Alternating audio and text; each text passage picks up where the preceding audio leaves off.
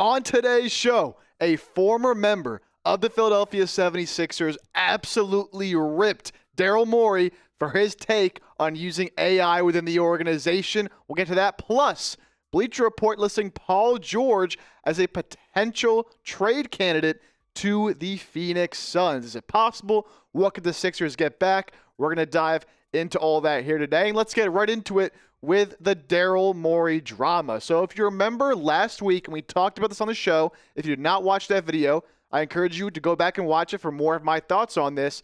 Daryl Morey revealed at a conference that he uses AI, artificial intelligence, in some of his roster decision-making, formulating rosters, deciding who to sign, who to play, who to draft, and all this. And he was met with a lot of backlash. It was really the first time we've seen somebody in his position admit, yeah, we use AI as a decision-making tool in the organization.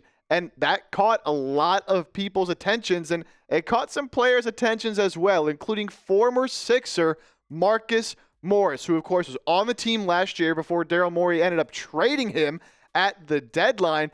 And Marcus Morris was asked, he was on Kevin O'Connor's NBA podcast, and Kevin O'Connor asked Marcus Morris what he thought about Daryl Morey's comments, and Marcus Morris did not hold back with what he thinks about Daryl Morey as a general manager. And this is what Marcus Morris had to say. I don't trust Daryl Morey. I just don't trust him. I think he's thinking too far ahead of the way basketball needs to be played. He's trying to bring guys in. He's flipping them in and out, in and out, in and out. Does he even understand the dynamic of being in Philadelphia? What guys you need to play in Philadelphia? Understand how the team needs to gel before you talk about AI? What does AI even do? I understand the effects it can have on other spots, maybe the offense, the numbers, things like that. But telling you what guys you should choose or which guys fit what you're trying to do, what has he won? He hasn't won in so long. Man, Marcus Morris not holding back any of his feelings about Daryl Morey. And I'm going to get into how I feel about this, my thoughts on Daryl Morey and what Marcus Morris had to say about Daryl Morey. But before I tell you my thoughts, I want to hear some of your thoughts down in the comments section. Simply, do you trust Daryl Morey as the leader, the head of this 76ers organization? Just give me a simple yes or no in the comment section, and feel free to explain why you feel that way as well. Look, when we talk about Daryl Morey, he's not a basketball guy. He's an analytics guy, and we've always known that. He's always been that way. It's not like he was a basketball guy and then changed. He's always been all about the analytics, all about the numbers.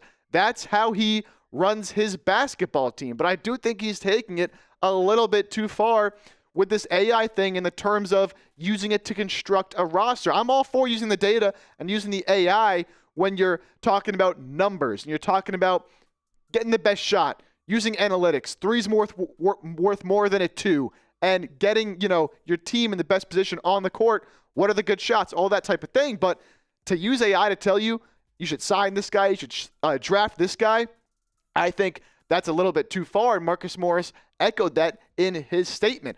Another thing Marcus Morris said that I thought was pretty interesting was about Daryl Morey always recycling players, having guys in and out of the roster every single year. And it's true. With Daryl Morey, it's pretty much a brand new team almost every single year. And this is going back to his time when he was the general manager of the Houston Rockets. And Joel Embiid over the past few seasons, he's been asked, what he thinks can help the Sixers team get over the hump. And one of the things that he emphasizes over and over again is continuity, having guys in the building for multiple years so they can gel, they can play together, and they can build chemistry on the court. AI is not going to tell you how to build chemistry on the court. AI is just going to tell you this is the players you should go get. It's not going to tell you to keep these guys in-house because they can be better than they were in the past because you bring people together. And Marcus Morris was like, you're just bringing guys in and out. You're never going to get an opportunity to gel. And I think that's true with what we've seen from Daryl Morey in his time as a GM. And Daryl Morey is just clearly not a player's GM. And what do I mean by that? I mentioned he's an analytical guy, right? All about the numbers. He doesn't seem to be able to really connect with his players and understand his players on a personal level. And I think you need to have that, at least an aspect of that, when you're the general manager of a basketball team. And look, he's had his personal problems with other players, specifically James Harden. He was his guy going back to Houston.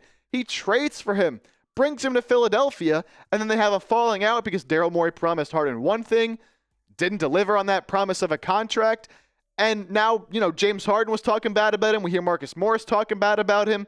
No player ever seems to really have good things to say about Daryl Morey. And Marcus Morris talked about that Harden era in this interview. And he said, look, I'm just not a fan of how he moves around the game, not really treating players like actual people. Everything to him is data. Everything to him is numbers. Now, Marcus Morris, of course, does have a little bit of, a personal beef in a way with Daryl Morey because Morey did trade him last year, and Morris was not happy about that. Morris said, he traded me for a bag of chips when I was playing well, and I felt like I was finally starting to get in my groove and gel with Joel Embiid and all the other guys. But Morey just shipped me off. And it's funny because Morris also brought up a point where back in his rookie season when he was with Houston and Daryl Morey was the GM, Morey sent him down to the G League, and Morris was not happy about that either. So obviously Morris has a little bit of bad blood towards Daryl Morey, but I don't think anything he's saying is really out of the realm of possibility and out of the realm of realism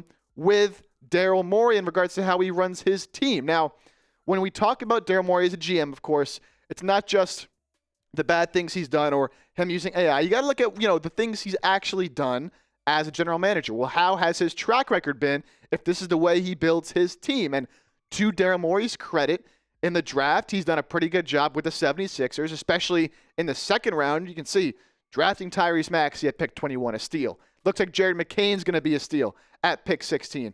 And then these second-round picks, Isaiah Joe, Paul Reed, Charles Bassey, all still in the league and all contributing at a solid level. Now, of course, we're not on the Sixers anymore, so that's another conversation when talking about Morey retaining good players, but he does seem to have a good eye for talent in the draft. Now, when we're talking about trades with Daryl Morey, I think he's done a pretty decent job in the trade market as well. When he took over the Sixers, they were stuck with that awful Al Horford contract, and he was able to trade that contract away and get off of that and build a good team in 2020, which included trading for Seth Curry. And that team probably should have made the conference finals, but ultimately fell short. But I thought he did a good job that offseason and fixing some of the problems that the Colangelos had left for the 76ers. He was also able to trade away Ben Simmons and that awful contract for James Harden, which, say what you want, that was a good move at the time. James Harden gave this team a lot of good basketball and nearly led them to an Eastern Conference Finals. And when that didn't work, when James Harden became mad at Daryl Morey for not giving him the contract he promised, he was able to trade away James Harden when it looked like they weren't really going to be able to get much for him. And he was able to get a couple solid role players like Nick Batum and also some good picks from the Clippers, including that 2028 Clippers pick. So I think he did a good job managing that situation. Now, of course, James Harden has been pretty good for the Clippers, so maybe you'd hope Harden was still on the team, but those bridges were burned anyways. I think he did a good job with what the situation was at the time. And then even this season, able to trade away Caleb Martin, who just simply couldn't stay healthy and wasn't a great fit for this team, for a player in Quentin Grimes who might make $20 million this offseason, which they, by the way, have to retain Quentin Grimes. He has been so good for this team. But again, when you look at some of these moves, he's done a pretty good job. But then you look at free agency, and I think this is where Daryl Morey may be a little more questionable in his decision-making, because we know Morey loves to go for those stars, for those big threes. And that was shown this past year when he signed Paul George. And I'm not going to sit up here and lie to you all. I was a fan of signing Paul George last offseason. I pushed for it. I wanted it to happen. Now, obviously, that didn't work out, but I think at the time, Morey being able to sign Paul George was a relative win for the team. Now, hopefully, he can find a way to trade Paul George this offseason and fix what, of course, ultimately ended up being a mistake. But he did sign Kelly Oubre Jr. to a small deal when pretty much no other NBA teams believed in him, and he's outperformed his value. He got Gershon Yabusele to come to Philadelphia this past season, when I'm sure there were other NBA teams that would have loved to sign Gershon coming off his run in the Olympics. He brought in Andre Drummond not once but twice. Hasn't been as good this year as he was his first time in Philadelphia.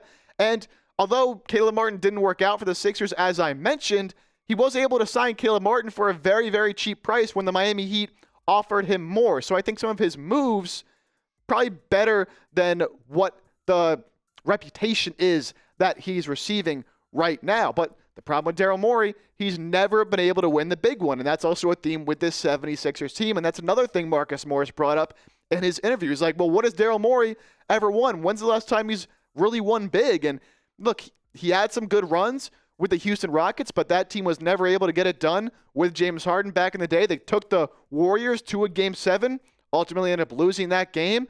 But the problem with Morey, and this is another thing that Marcus Morris echoed that I totally agree with, is that whenever things seem to not work out with his teams, he blows it all up. And next year, he brings in a whole new collection of players that, according to his analytics and his data, should be better than the teams that he previously had, when in reality, why not just keep that team, see an extra year of growth, and see if you run it back, you can get some different results, some better luck, more shots going here and there. All of a sudden, you're in a conference finals. Nope, for Daryl Morey, the player you are is the player you are because that's what the data says you are. He doesn't see potential growth or, players just gelling, getting better chemistry. To him, best team every year that I can make, regardless of if I've been on the team, regardless if I'm messing up the chemistry. Nope, for Daryl Morey, it is all about the numbers, and I think that is a big fault of his. So I don't think Marcus Morris was really that out of pocket for saying some of the things he had to say regarding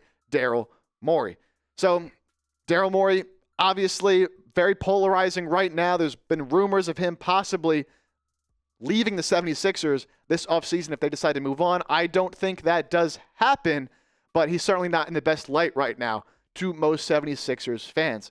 Coming up next, we're going to talk about a potential Paul George trade to the Phoenix Suns because Bleacher Report listed Paul George as a potential trade target for the Suns this offseason. Of course, I'm a big fan of hopefully getting off of Paul George in a trade this summer. Is it possible? Can it really happen? We'll explore all that, but this is what Bleacher Report had to say about a potential George to Phoenix trade. The path forward could include, for Phoenix, trading Kevin Durant if he pushes out instead of extending it. Another potential option could include taking on Paul George's larger deal for Bradley Beal, assuming Beal is willing to go. His no trade clause, of course, holds significant power. For me personally, look, you're not going to get a Kevin Durant-Paul George swap. They would never happen, not in the realm of possibility. I do think Beal for Paul George is a little bit more realistic, but personally, I just have no interest in Bradley Beal. Great player with the Wizards, no doubt about it. A great scorer. He can get it anywhere he wants to on the floor, but with the Suns, since he's arrived there, they haven't been able to win games. He hasn't been able to stay healthy. No more than 53 games played over the last 4 seasons, even going back to his time in Washington. And I just don't think he's a good fit on this 76ers team, which I'll get into more here in a second. But you also got to consider the contract. Now, of course, the whole reason the Suns want to get off of Bradley Beal is because he's on an awful deal. Same thing with Paul George for the Sixers. Beal the next 2 years, making $53 and then $57 million in 2026-27 with a player option that he's going to accept. So you're basically flipping 2 players who aren't playing up to their massive, massive salaries. A few things you got to consider here, though, when talking about a potential trade. One, would Bradley Beal even want to come to Philadelphia? Again, he has a no-trade clause, so he has all the power in the world to decide if he gets moved in a trade or not. He talked at the deadline like, I wouldn't have wanted to go anywhere at the trade deadline. I would have said no to any trade I could be involved in. Now, he did say the offseason's different because we're not in the middle of the year. I don't have to pack up all my stuff, me and my family, and move somewhere else in the middle of the season, the offseason. I can handle that, being traded in the offseason. But what do you want to come to a situation like Philadelphia where it's been just as crazy, if not even more, than how it's been in Phoenix? I don't personally see why he would want to come to Philadelphia. But even if he does, look, I want Paul George traded. I really do. I think it's one of the only ways this Sixers team can get back to relevancy outside of hoping that Paul George turns around next year, which I don't really know how you can feel too confident about that at this point in time with his injuries and his decline. But I don't want Paul George traded for Bradley Beal for a couple reasons. One, as I mentioned, I just don't like the player right now. He's aging, the contract, the injuries. I don't really think it's that big of an upgrade over Paul George anyways, if it even is at all. I don't really see where he fits on this team because You have Tyrese Maxey. You have Jared McCain. You have Quentin Grimes.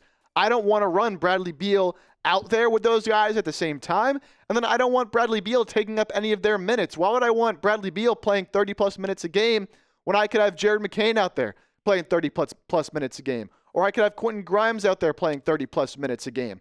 I'd honestly rather have, based on their current salaries, Quentin Grimes and Jared McCain than Bradley Beal. So again, I do think Paul George will, and I hope he does get traded this offseason. I think Daryl Morey, there's some pressure on him to make that happen.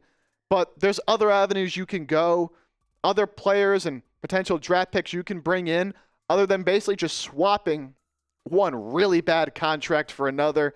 Bradley Beal, to me, is just not the guy when I'm looking at a potential Paul George trade. But look, maybe you disagree with me. Maybe you think that Bradley Beal is a better player than Paul George, and you're sick of Paul George. You'd rather see Bradley Beal in here. Let me know your thoughts in the comments. Would you trade Paul George for Bradley Beal, hypothetically straight up in a 1-for-1 deal? Give me a T for trade, or give me a P for pass in the comments section right now. Before we hop on out of here, want to keep telling you guys about this polo because the deal on this 76ers polo is not going to last forever, and I want you to get in while you still can. This polo was priced at $85, but it is now just $57.